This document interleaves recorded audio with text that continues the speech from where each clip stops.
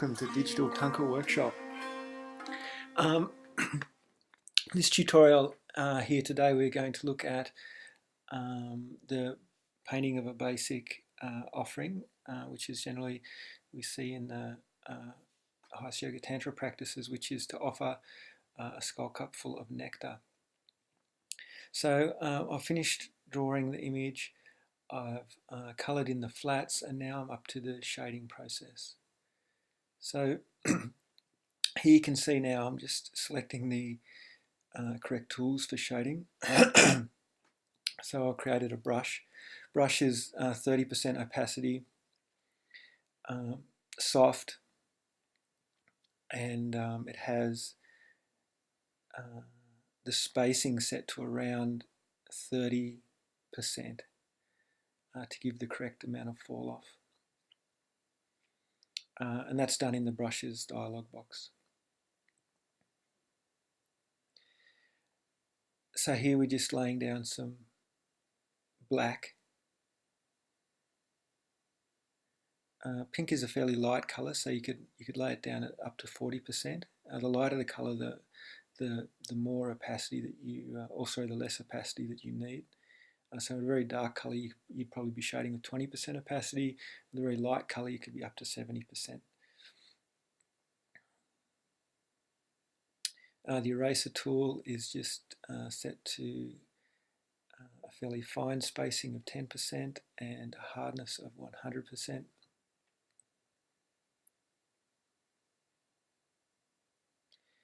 And with Photoshop, it's just a matter of selecting B for the brush tool, E for the eraser tool, and if you hold down the tool itself, it'll toggle between the two tools without having to repress the key. So what that means is if you've got the brush tool selected, you put your finger on the E key for erase, and that'll temporarily give you access to the eraser tool. And then when you take your finger off the E key, it'll spring back to the brush tool. So it saves you one keystroke essentially. So that's, it may not sound like much, but when you paint all day, it makes a big difference. So it's just one of the more recent features that Adobe have added, which makes, keep continuing to refine the interface, which is fantastic. So here we are, painting with black. I'm just working my way through the initial sculpting of this to bring it into from sort of a flat image into a three-dimensional image. Here I've sort of gone against my general rule, which is starting to shade the finer elements rather than the gross elements first. So normally when I'm shading, you would sculpt the mass as a three-dimensional object using your shading, which means you'd be using a very big brush and you'd be trying to ignore the finer points like I'm working on here and just sculpt that mass of nectar that's frozen in, sort of suspended in animation, and get the general shape of it. And that's what I would normally do, but here I've gone backwards, and so what you're seeing here is we're working on the fine points first, and then later on in the tutorial we'll go to the gross. I don't recommend working that way. I think the best way is to work from the gross to the subtle. That's a sort of common theme in Buddhism. So I think here I just got a little bit excited and started working on the subtle aspects first. As you can see over in the layers palette, there's looks like I've got 4 layers active there. With that red color, that means in my mind it's my little code for that's a shading layer. If I do it in yellow, it's a highlight layer. So the shading layers always darken, the highlight layers always lighten. The mid-tone, which is your base color that's sitting behind it. You can see that on the layer labeled color over to the left.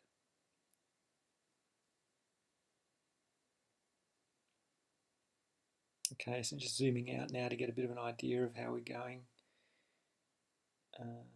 You can't see it here, but I always work with second monitor where I can, it's in portrait mode, where I can observe the entire image. And you don't zoom in and out with that particular view, you just leave it sitting there. So you're focused on these fine details, and then to get a look at the overall picture, you just have to look up and then you look down, so you don't have to zoom in and out all the time. So again, that's a huge time-saving feature. And as I've mentioned many times before, it helps you making lots of little fine brush elements that don't help the overall picture, which is really easy to do. So this part that I'm shading here right now, very easy to overwork that area. Then when you look at it in the big picture, it either doesn't make any sense, or the detail is too fine for the object that you're actually drawing. So this skull cup in the overall picture is only it's maybe an inch high. So you need to actually consider that. You may be making changes that are obvious and easy to see here, but they'll be essentially a millimetre high, or half a millimetre high in the finished print, and the printer may not even pick up what you're brushing into the picture. So just have to be aware of that. Save you a lot of time.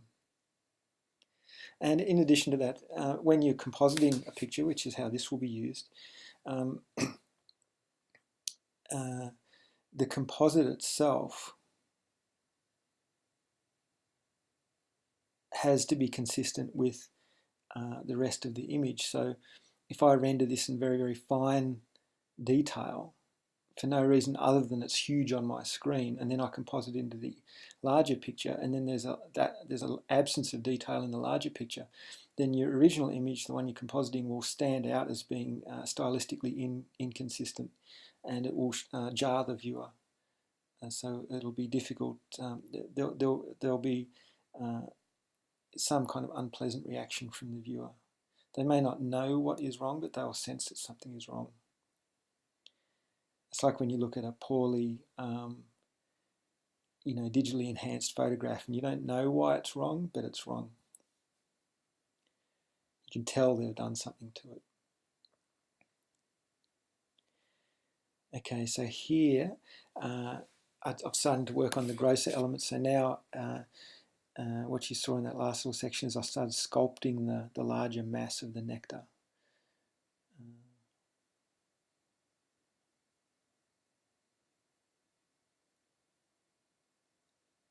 And I think that was just, in my mind when I was painting this at this time, I think I'm not liking how it's progressing. It's looking too flat. So I needed to build a bit of confidence by sculpting that mass. And then I know I'm okay to progress with these finer details because they actually work in that context. So I was just giving myself a bit of a confidence boost there because I was starting to not like the way it was looking. And so I sculpted the mass. I was happy with it, and so now I'm working on the fine details. Now it looks like I'm ready to sculpt the upper section of the mass. So here, just defining, these medium-sized sections. This little splash of nectar is forward of that darker one, so I've made it darker. I want that to be underneath a little bit, so I've darkened that now. And then darkening that mass, so that puts that to the back, and just cleaning up the bits I want forward.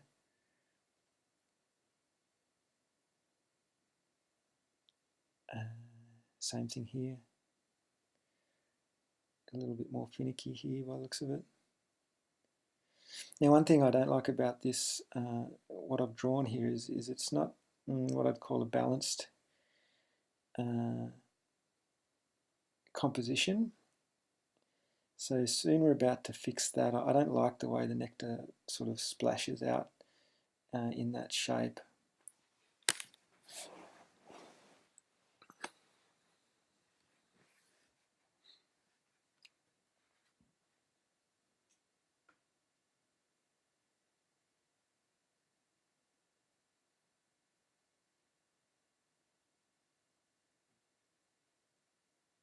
Okay, so here just some finishing touches.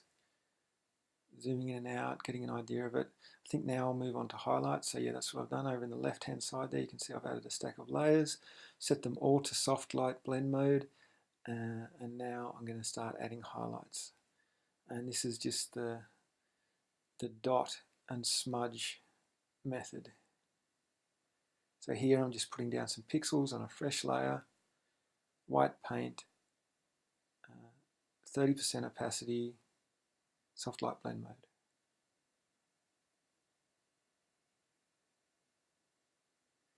So where there's a point, I draw a point, and where it's going to be a little bit longer, I'll draw a small line.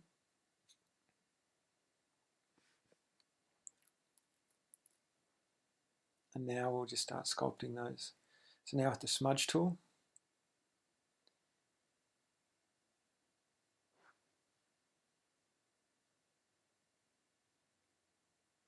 just creating that point of highlight.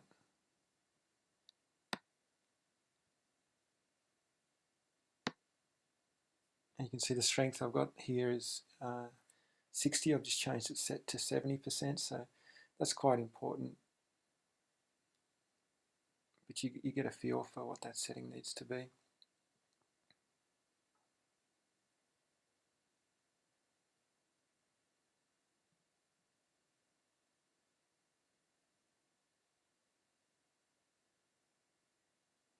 So just refining all of those elements. The other thing you can do, the other method, which is the one I use for shading water, is to draw just a large brush stroke in white and then erode it with the eraser tool to get the shape and the softness that you want. But here for these fine details, where there's a lot of them, it's quicker to use the smudge tool.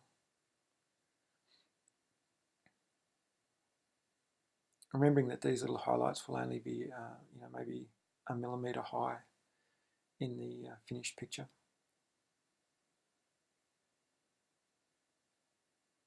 Okay, so stepping back, taking a look, a little bit over sculpted. So I think what I'll do here is I'll blur it.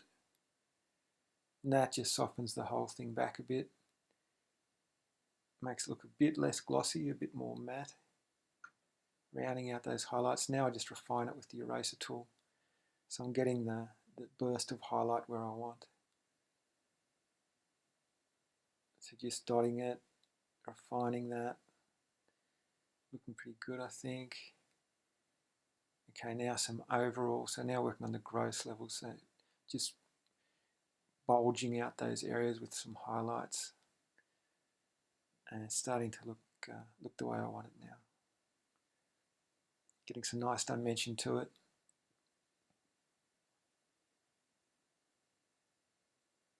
Merging everything down. Labeling the layers. And we're done. So just checking everything, turning everything on and off, setting the opacities of each layer. If something's too strong, something's not strong enough, I can bump it up to the overlay blend mode. And if something is the wrong color, then I can sort of colorize that dark layer from black to like a dark blue if I want to have a cooler shadow, which is often very effective. Okay, so happy with that. Moving on to the lower part of the picture. So here I've already done a little bit of work. I've shaded the large skull that contains the nectar, and now I'm just working on painting these smaller skulls at the bottom. So adding green for the eyes. I normally always use green. And then just drawing in some pupils. Now it's quite fun here if you can actually direct the gaze of these little skulls as you see fit. And it's a really good thing to do at this point. So what I would do is, if I wanted to redirect it, I'd just draw a layer over the top that sort of covers all of the underlying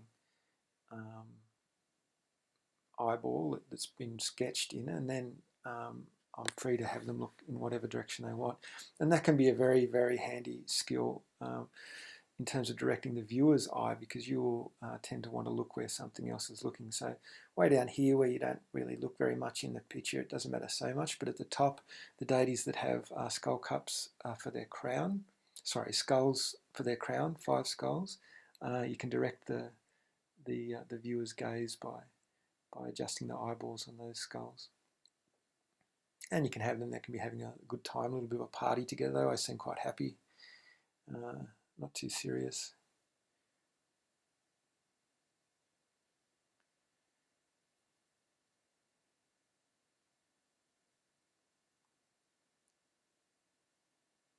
So now just doing the fine details of this rendering.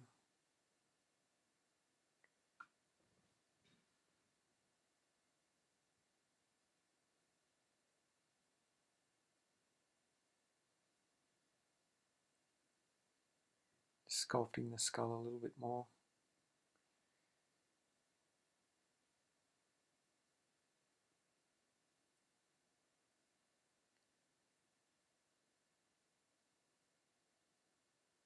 So here, just turning the line off. Turning the line off helps you make more informed decisions on your shading. So you can see there that I've turned the line off to help me just sculpt the way that that larger skull is going to shade the back of the skulls on the smaller skulls.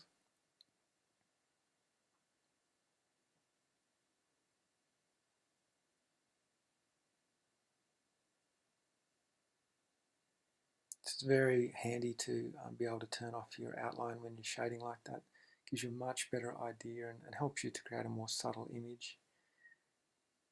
So here, I don't want to have gold outline on the skulls. I may have some gold outlining in the end just as the light catches. But what I'm going to do is I'll just colorize all the outline now of the picture so that it's consistent with the material that it's outlining. So I like to have a fairly, how to say, like a fairly subtle line. I don't like a line that's darker or lighter too much from what it's outlining. So I like to try and get it to recede as much as possible, while still having an outline. If you abandon the line altogether, then it ends up being sort of stylistically different to the Tibetan Thangkas. So it needs to be something, but the subtlety can be, you can turn the subtlety way down. Now just outlining the pupils with the dark green.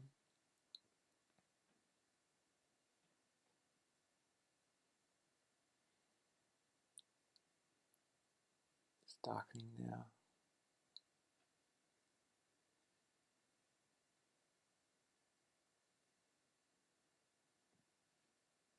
So here, when I'm adjusting the color of the outline, I've got the outline layer with the transparency locked, and so you don't need a selection or anything. It just you can just now paint over the line, and it won't paint anywhere outside of the line because the transparent areas are locked. You can't paint into anything that's transparent.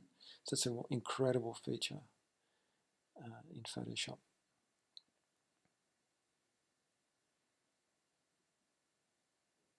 So now I'm just trying to get it more painterly, less cartoony, a little bit of highlighting there, just to bring those elements forward.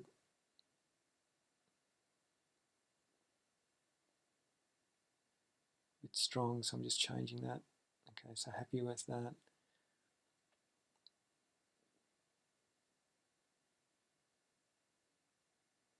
So now just work on this little lotus.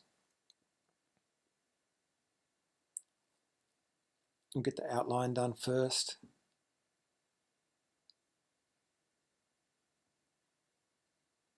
Then work on some shading. Just as a general rule, I always try and use as fewer colours as possible. So don't want to start adding like multicoloured petals here or anything like that. To my idea, the Thangkas that I like the most have the most modest colour schemes. Very few colours, and not like so much like today's trend, which is to use every colour that you have. I think when you look at historically at the most beautiful Thangkas, the masterpieces, they're very controlled palette, And that's what I like to try and copy as much as I can.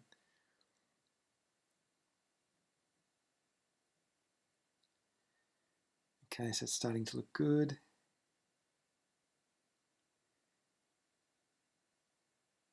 And now I just colour these little bits of gold filigree here.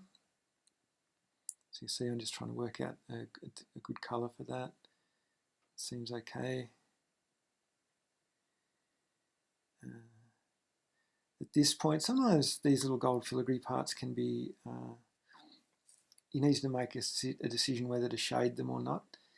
Sometimes if you don't shade them, they can look quite very flat and more metallic.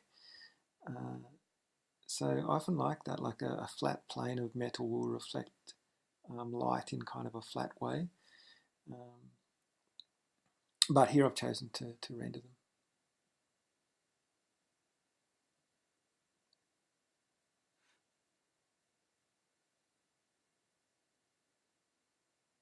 I don't feel the pressure to render every single thing in the Thangka. I think there's lots of historic examples where the artist has left sections unrendered, and it can just be fantastic. So it's a real tool that's available to us to be able to selectively render certain areas, or more to the point, leave some areas out. Okay, so a little bit more work here. Here I'm correcting that symmetry to the object, which I spoke about a few minutes ago. So I didn't like once it was rendered, I didn't like the shape of this. So here I'm just trying to correct that by simply duplicating the layer of Nectar and placing it behind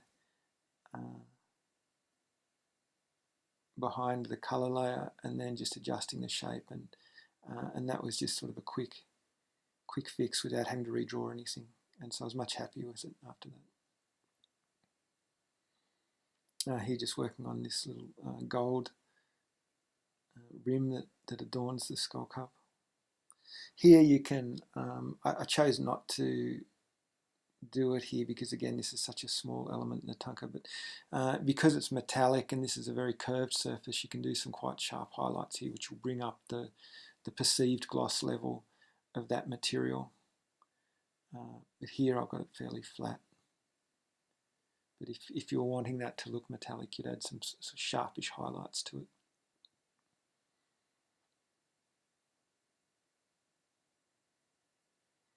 You can see the music I was listening to there, so I had a bit of Black Sabbath going on this occasion. So I often like to play some mood music if you're painting. This is quite a wrathful offering, and the deity that I'm actually drawing is particularly wrathful. So it's good to have a bit of mood music. I don't play it all the time because it's not good for your mind to have listen to background music. If you want to listen to music, you need to listen to music. But it can be at the right times. It can really lift the mood and dictate the mood of the Thangka. Same with the peaceful deities. You can listen to some sutras or some chanting in Sanskrit or some beautiful music, and it can really help you to engage with that energy of the deity. So there, just an overview of the image. You can see how the symmetry there, the little layer in the background I've added. There it's in a different colour. So now just colorizing the outline of the main body of the nectar. So I'm just sort of roughly brushing it in one colour, and then I'll refine it, which is what I'm doing here. So I've just sampled a colour from the back, which is dark. I've got a low opacity brush, 40%. And I'm just dotting areas to get that to get the tonality of the outline the way I want. You've got two options. You can go for a lighter tone for your outline, or you can go for a darker tone. 90% of the time you'll choose a darker tone. An example of a lighter tone would be gold outlining, for example. Or on water, often you'll use white outlining. But yeah, 90% of the time it's darker.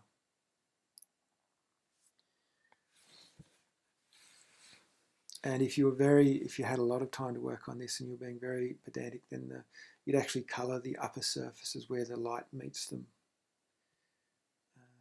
of the line. So the line would be would have the, sort of a graduation.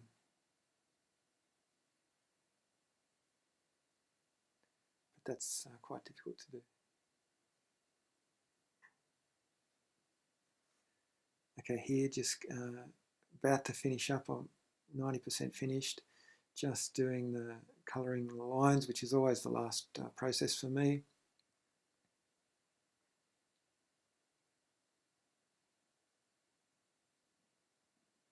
Just trying to subtle things up a bit. Try and get that heavily outlined cartoony look out of it. Here just adding some graduation to the line, which is what I was talking about before. This is easy to do because it's a large area. Just with a soft brush, just blend it out. Just with the very edge of the brush.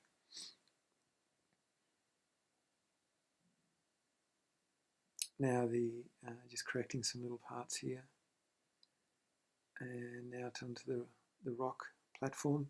You can see there's an unpainted and unshaded area below. I've got the outline, but the shading and the colouring for that will actually be completed on the composited image, where I'll have the necessary control that I need to get it to blend into the rock surface that it's going to sit upon. So the last thing I think I'm going to do is I'm just going to add a tiny little bit of shading just so it's sitting on that rock. So there we are, just darkening it there to get it to sit on top. And then there's those two little crack features. I'm just going to add a little bit of shading there. And that's pretty much it. Pretty quick. This is about, I don't know, about 2 hours of work probably. The shading anyway, the colouring and the drawing took probably another 2 hours. So 4 hours all up.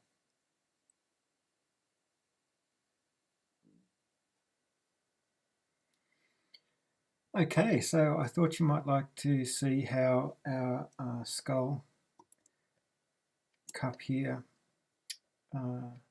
composites into the overall picture.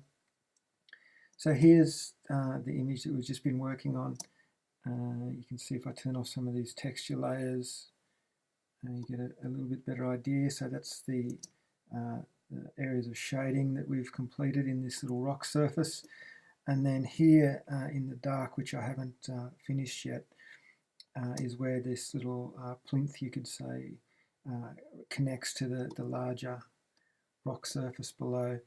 So this is composited as a smart object, and that actually enables you to complete this picture separately to this picture. And then there's a little intermediate state where you can actually work on both pictures together. So I'll actually work on the lower part of this skull offering image in this larger image. So it's a very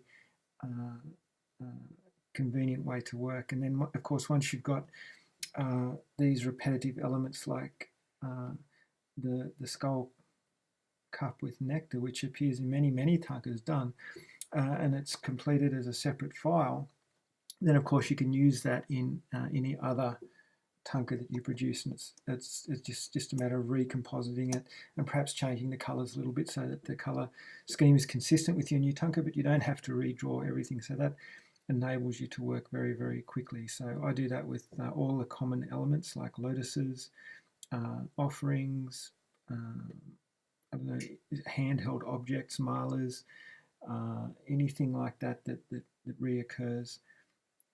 Certain backgrounds I'll also do, and then they're ready to go. So you can save yourself hours and hours of work. So that's it. So once again, that's the skull cup composited into the larger picture, which I can't show you, but that's the lower part of the Thangka that I'm working on there. So most of this is finished. I haven't started on this landscape element yet. It's drawn, it's coloured, but I'm yet to shade it. I've shaded the water, yet to shade this rock area, yet to finish this little flower here, and this little rock element here as well. So I just thought you'd like to see that. That's again how our image that we've been working on composites into the larger picture. And when we add textures, that's how it will look in the finished Thangka. Okay, I hope you've enjoyed this tutorial and you've learned something. I'll hope to make another tutorial soon on this project, which will be painting a necklace that is made of skulls, which is also a reasonably common thing to paint in the highest yoga tantra deities. So I'll share that for you, and as I said, I hope you enjoyed it, and I look forward to catching you on the next tutorial. Okay, bye.